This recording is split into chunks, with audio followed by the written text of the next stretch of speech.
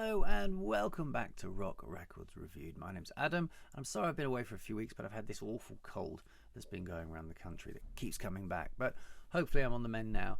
And this week we're going to take a look at the top 10 albums by none other than Sir Paul McCartney himself. Sir Paul needs no introduction from me whatsoever. I'm sure you know pretty much everything there is to know. But he is now 79 years old and arguably the world's greatest living songwriter. As many of you will know, I'm an unashamed Beatles nut, and I love Paul McCartney for everything he's done, and everything he is, and most of the music he makes. It's not blind faith, because I do find some of his solo output a little bit saccharine and a little bit inconsequential. I think it's a bit of a mixed bag, but I've often felt he's had too much rope to play with. I mean, after all, how do you say, "Stop, no, Paul, let's do it another way," or "That's rubbish"?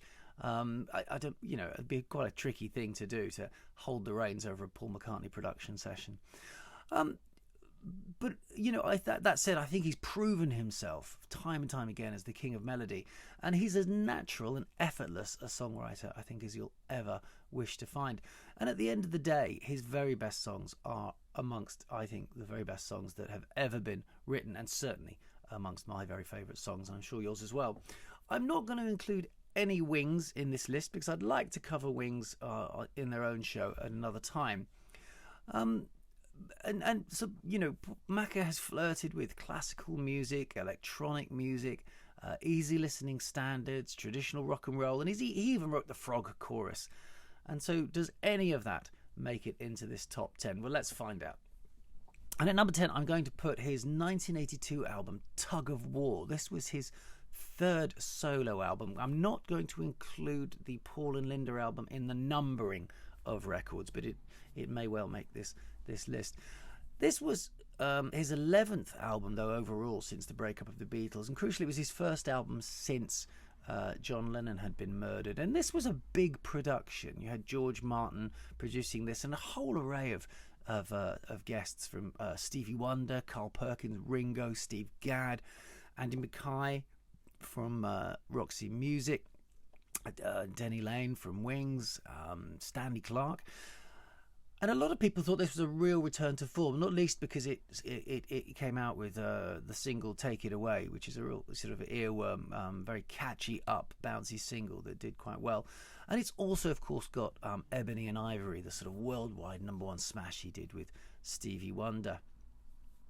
I think, though, the albums are just a little bit too straight. It's a little bit too vanilla for me. I just don't find it that interesting. It's perhaps not quite as soft as some of the stuff that didn't even make this list.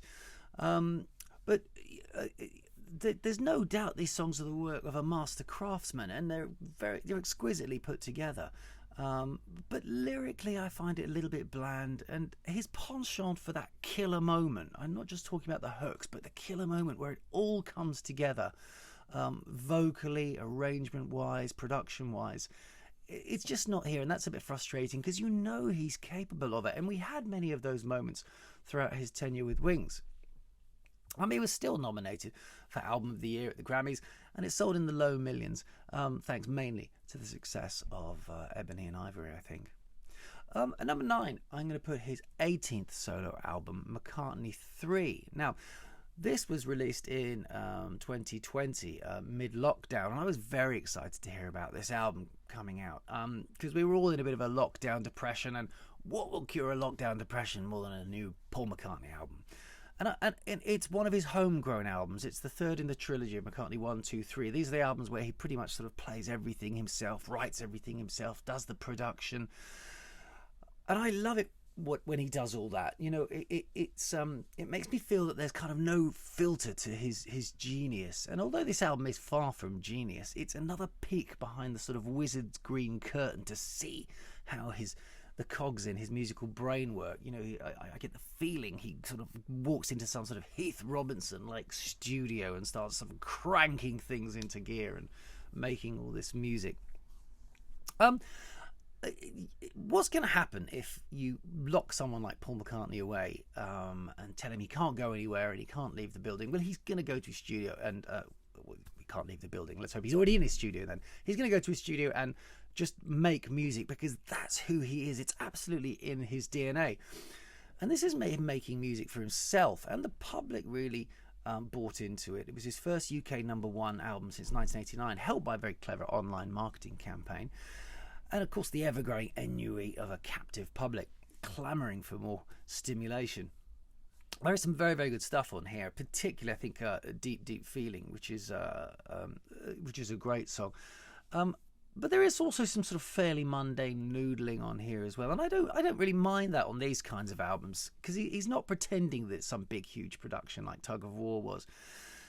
And like his previous two self-made albums, 1 and 2, it's charming and it's fascinating, and whilst not entirely satisfying, it's worth a listen because it's Paul McCartney. At number 8, I'm going to put his 17th studio album from 2018, Egypt Station.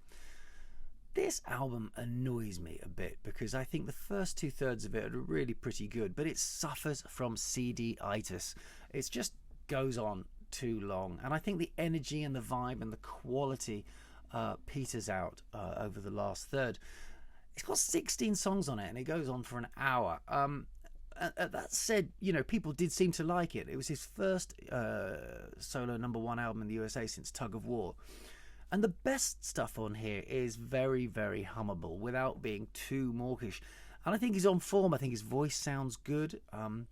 Recorded largely with his touring band and produced by Greg Kurstin, whose production is very, very unfussy and sympathetic. Nothing on here, though, really, really leaps out at me as a great, great Paul McCartney song. And the whole, that said, the whole thing motors along very, very pleasantly for 40 minutes until I think it sort of outstays its welcome. He eventually released a bonus disc of even more material to go along with this album. And so at the very least, we knew that sort of Macca's muse was in full flow. At number 7, I'm going to put his 16th solo album from 2013, New. This was his first album of new material for quite some time. He'd been doing some sort of covers and other projects and things.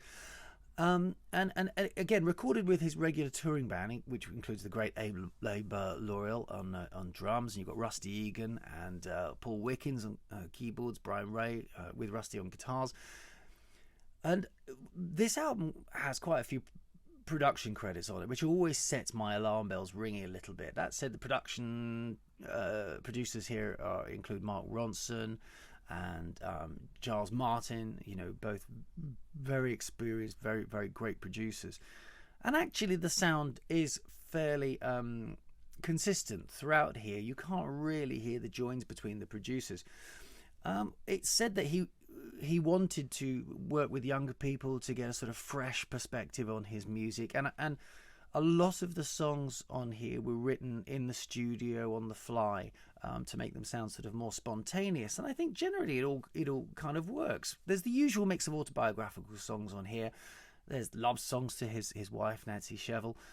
And it's quite an up record, I think, with some very good Paul McCartney tracks, especially Queenie Eye, which I think is one of the best things he's done in decades and decades.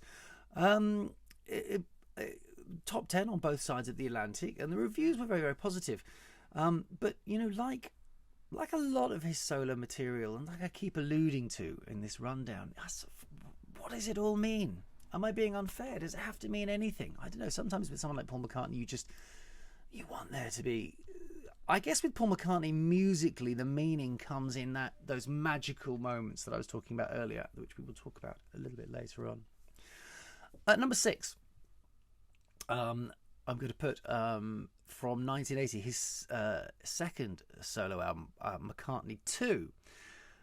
This is the sound of Paul McCartney sort of coming to terms with the 80s and digital watches and Casio VL tones and all that kind of thing, I suspect. It's a follow-up to the sort of home-cooked indie folk of his first solo album, McCartney. And once again, he plays all the instruments himself. Though this time there are more synths, there's more studio experimentation, I think, not least on the absolutely bonkers Temporary Secretary. This is the sound of Paul pulling himself into the new decade. And, he was a fan of New Wave and of Talking Heads. And you can really hear him trying out lots of, things in the studio at this point on the back of those influences. But there is still that absolutely unmistakable element that is Paul McCartney, not least on the ballad Waterfalls, a song I used to love so much I once played it on a pub jukebox 10 times in a row when I was a kid. I exaggerate not one jot.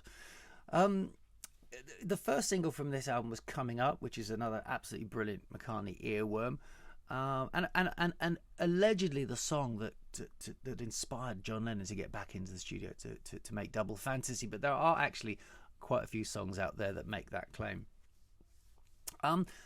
The album debuted at number 1 in the UK, his first for 5 years, but it fared less well in the States, where the album and the single dropped out of the charts fairly quickly. And actually the album wasn't that well received when it came out, but it's since become something of a cult record with Macca fans, and they're quite an influence on a range of bands, from sort of Kraftwerk to throbbing gristle. Okay, at number 5, I'm going to put from 2007's 14th solo album, Memory Almost Full. Macca had left EMI by this point, and he released this album on the Starbucks Here music label.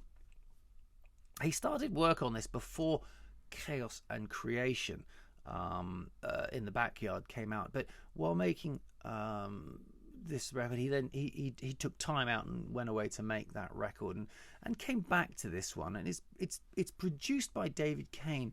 And I have to say, the sound of this album I struggle with sometimes, because it's very, very heavily compressed with the sort of modern tone that does my ears in after a while. Possibly produced that way because it was his very first digital download album, and when you have to when you receive an album through headphones or a digital download, there is a different approach in the production. It does have to be more compressed to make it leap out of the speakers a bit more. I do have to admit that a lot of these tracks are earworms, though, despite all those production issues. There are some songs on here that I think the album has more punch in a way that songs like Off the Ground, Pipes of Peace, Flowers in the Dirt didn't have.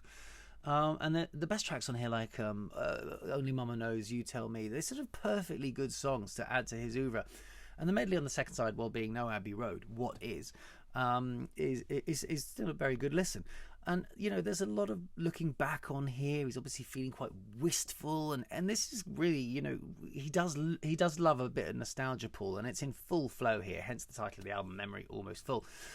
There's a lot of love songs on here as ever, and, you know, Paul McCartney is nothing if not a romantic. It's a bit too long at 50 minutes, but top 5 in the UK and the USA, and it sold over 2 million copies. But now I think we get to the 4 albums that I would really recommend somebody looking into if they were looking at Paul McCartney's solo career. And number 4 is his 10th solo album, Flaming Pie, from 1997. I think this is a crucial album in Paul McCartney's record-making history, solo record-making history. He just spent a lot of time working on the Beatles anthology series, and actually in the liner notes there, he says that revisiting the Beatles stuff really reminded him of the standards that the Beatles set. And I think he's brought that forward to making Flaming Pie, because you can really hear on many, many levels that he's taken everything up a grade.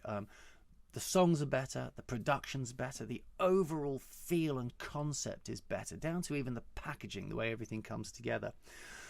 It really feels like he's putting in more effort to produce something here. There are less kind of run-of-the-mill McCartney tunes on this, and less sort of uninspired instrumentation. This album has a real rounded feel and identity, I think, that it'd been missing for a while. And I think actually after this album, he took that forward again, and all his albums kind of increased in quality for a while. You've got some really good rockers here, like the title track, World Tonight, Young Boy, alongside some really lovely acoustic songs like Calico Skies and Little Willow. There's not really a bad song on this record. And although some are less great than others, admittedly, but it really does stand up as a whole very, very nicely. Jeff Lynne co-produces with Paul McCartney, which I'm sure has a lot to do with it. They could probably approach each other as relative peers, I think, even though, of course, Jeff Lynne is a absolute Beatle nut.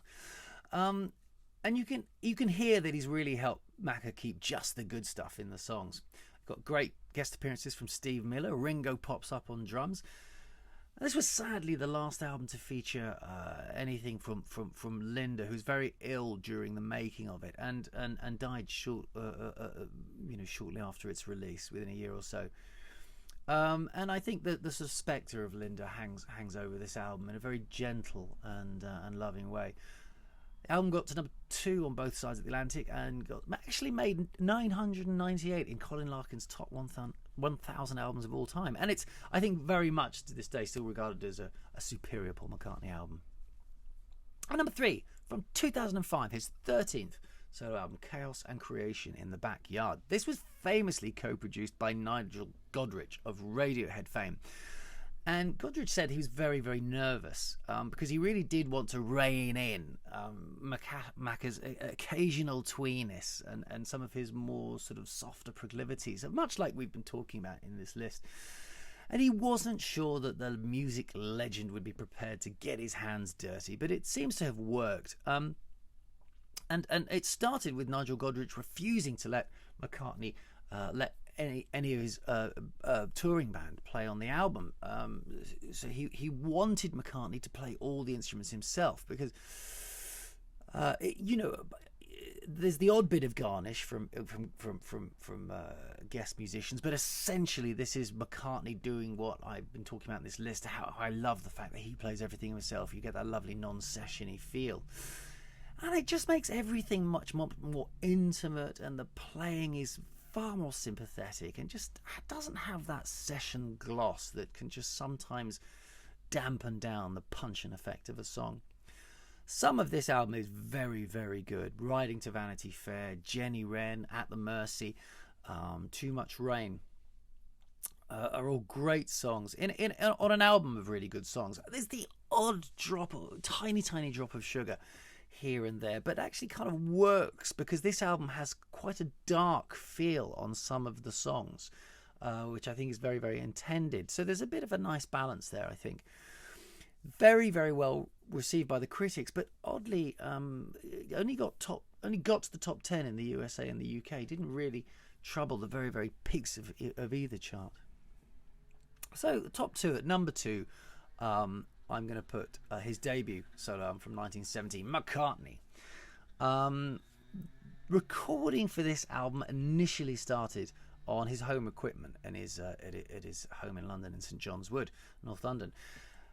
And I think this album sets the template for all the things that are great about Paul McCartney's solo work. You know, again, talking about that no filter thing, because he's playing so much of the stuff here himself, and he's just locked away with nothing but his muse. I don't think he's thinking about what's going to make a massive hit or, you know, what's going to appeal to the public. I think when he tries to do that, I think it kind of backfires it from a creative point of view, as I think it always does, actually, with almost all artists.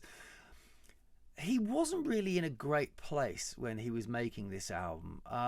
He says he's been drinking a lot, and he said there were a few troubles with Linda and the newborn. Being very very difficult time as newborns, having a newborn always is. But the songs are loose and the songs are lo-fi, and it seems clear to me now that his home studio was very much his safe place, away from Abbey Road and the Beatles' chaos. It was so easy for someone to just implode with all that Beatles insanities, and I can totally understand why you just want to lock yourself in a room and say, be damned with record sales and anything like that. I'm just going to make some music that makes me happy. And that really is absolutely what's happening here, I think, on this record. Of course, it was criticised at the time for being undercooked and rambling, but it nevertheless got to number 1 for 3 weeks on the Billboard chart. And, the biggest song on here and the best song on here is the utterly brilliant Maybe I'm Amazed. And now, we were talking earlier on this list about those wonderful moments where it all comes together. The song, the music, the performance, the production, the moment in time. And I think Maybe I'm Amazed is is just one of those moments. It just gives me chills when I listen to it sometimes, and it's an absolutely crystal clear example of the man's genius. Not least the vocal on the song it's brilliant. Even the improvisational stuff on it, it's just fantastic. If you don't know the song, please go and listen to it now, as soon as this list is over. And if you do know the song, then I'm sure you know exactly what I'm talking about. So that stands out like a beacon amongst all the sort of more lightweight but really, really charming stuff that we deeply love the man for. There are other lovely pieces on here like Every Night, Junk, and Hot as Sun. It's fun, it's quirky, and the whole album is now regarded as a huge influence on a wave of indie pop songwriters. And absolutely rightly is in the 1001 albums you must hear before you die. Okay, so that takes us to our number one Paul McCartney album. And if you have seen my Beatles top 10 solo list, then you probably know what it is. And if you haven't seen that list, then go and watch it. But it is from 1971, and it's Ram, and it's technically a Paul and Linda McCartney album, which was also produced by the couple. And it's so much fun. I mean, these guys are in love, and they're just creative together, and there's something so appealing in the fact that this giant of a musician is perfectly happy to let this gorgeous, playful, fun woman in on his music and give him credit on the album. And I find that very, very sweet indeed.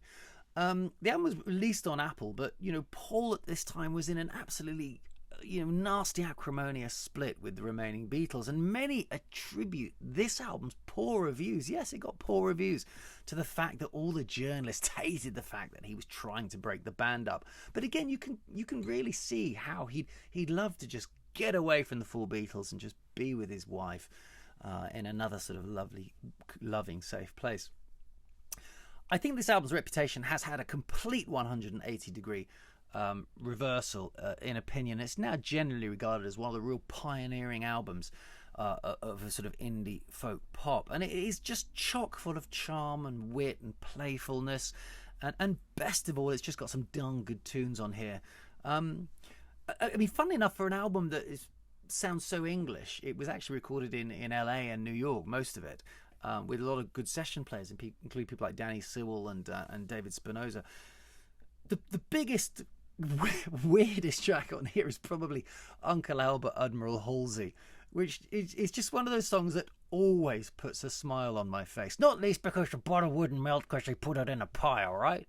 Which, it's just that kind of McCartney quirky humour nuttiness that is all over his best work, I think.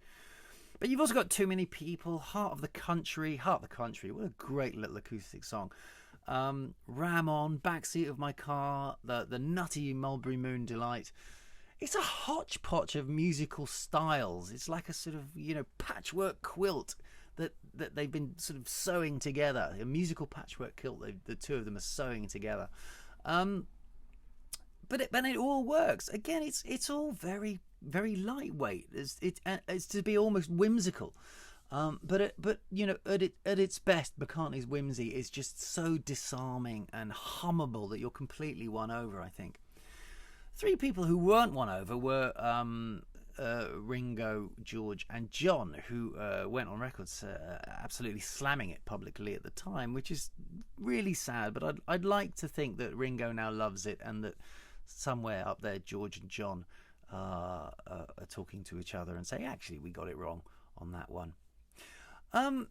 So that's my top 10 Paul McCartney solo albums. As I said, we'll cover Wings another time. There was just a sea of other things to investigate with Paul McCartney. Like I said, there's classical records. There's his work as the Fireman.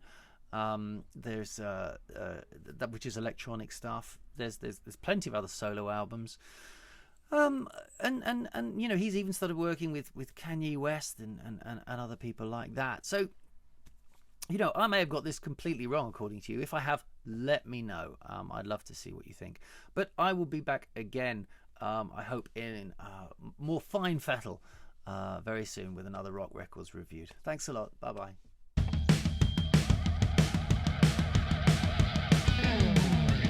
sky.